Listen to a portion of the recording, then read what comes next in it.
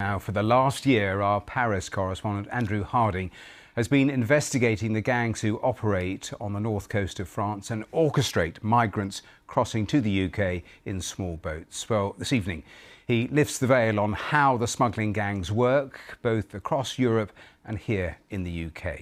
His report comes as a new scheme to tackle the small boats crisis comes into force tomorrow following a deal between the UK and France where some migrants arriving in the UK by boat will be detained and then returned to France. In return, the UK will accept asylum seekers who've not tried to cross the Channel and can pass security and eligibility checks.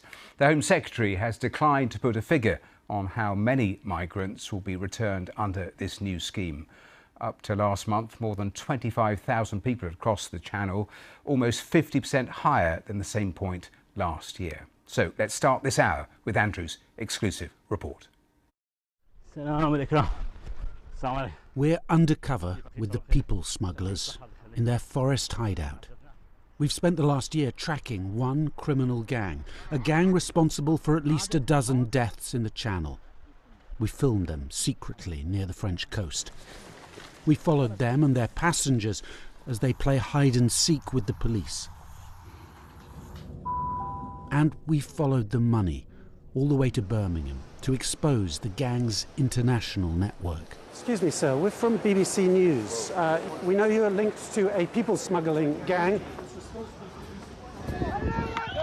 Our investigation began back in April last year. We witnessed this battle on a French beach, police clashing with smugglers. In the chaos, 5 people were trampled to death on board a small boat, including this 7-year-old girl, Sarah. In the weeks after, we start to track the gang responsible across Europe, eventually confronting one of the gang's leaders, an Iraqi Kurd, in Luxembourg. We know who you are, you're a smuggler. No.